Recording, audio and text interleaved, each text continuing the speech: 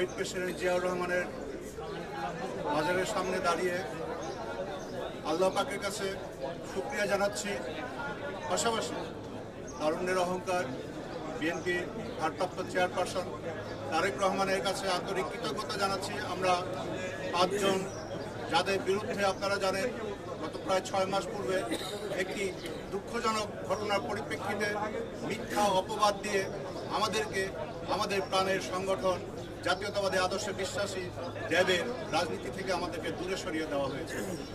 আজ 6 মাস পূর্বে 6 মাস পরে সঠিক তদন্তের মাধ্যমে ভারপ্রাপ্ত চেয়ারপারসন তারেক রহমানের নির্দেশনা অনুযায়ী আমাদের উপর থেকে সেই নিষেধাজ্ঞা প্রত্যাহার করে আমাদেরকে পুনরায় আমাদের প্রাণের সংগঠনে ফিরিয়ে আনা হয়েছে।